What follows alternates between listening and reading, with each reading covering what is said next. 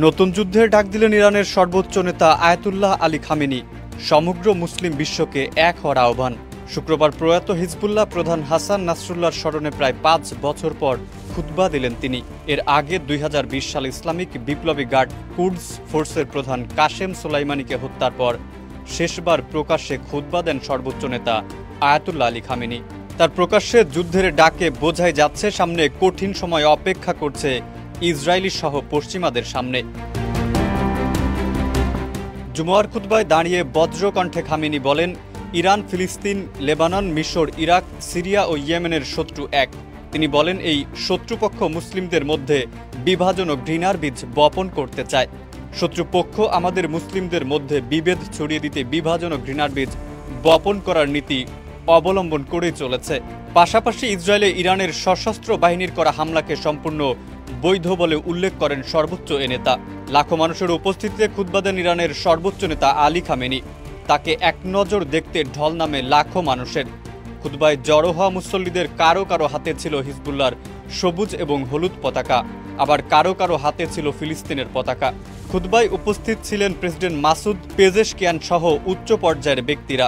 ইরানের সর্বোচ্চ নেতার এই বার্তাকে যুদ্ধের ডাক হিসেবেই ভাবছে মুসলিম বিশ্ব। সর্বোচ্চ বিদ্যুৎ সাশ্রয় যমুনা এসি, মাত্র ২৪ টাকায় এসি চলবে সারাদিন। যমুনা এসি। মধ্যপ্রাচ্যে বহু বছর ধরেই দখলদারিত্ব আর হত্যাযজ্ঞ চালিয়ে আসছে ইসরায়েল। সম্প্রতি লেবাননের স্বাধীনতাকামী সশস্ত্র সংগঠন হিজবুল্লাহকে নির্মূলের নামে সামরিক অভিযান শুরু করে ইসরায়েল। নিরাপরাধ মুসলিমদের উপর হত্যাযজ্ঞ চালায়। বিমান হামলা হিজবুল্লাহ প্রধান হাসান নাসরুল্লাহ সহ বেশ কয়েকজন শীর্ষ কমান্ডারকে হত্যা করে ইসরায়েল। হাসান নাসরুল্লাহকে হত্যার প্রতিশোধে ইরান সরাসরি হামলা শুরু করে ইসরায়েলি ভূখণ্ডে, গুঁড়িয়ে দেয় বিমানবন্দর সহ বহু গুরুত্বপূর্ণ স্থাপনা।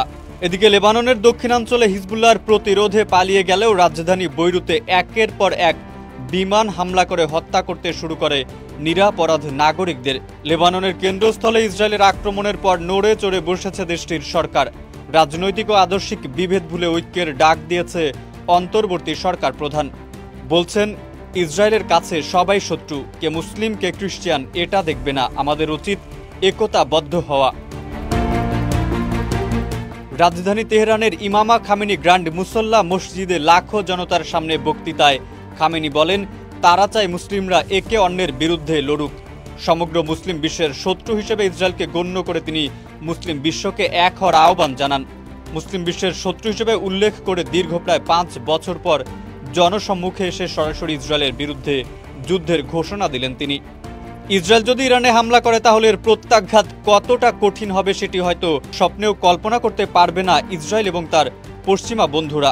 দীর্ঘদিনের যে আঞ্চলিক যুদ্ধের আশঙ্কা করা হচ্ছিল, তবে কি তা সত্যি হতে যাচ্ছে? এবার কি তবে শেষ হবে ইসরায়েলি দৌরাত্ম্য?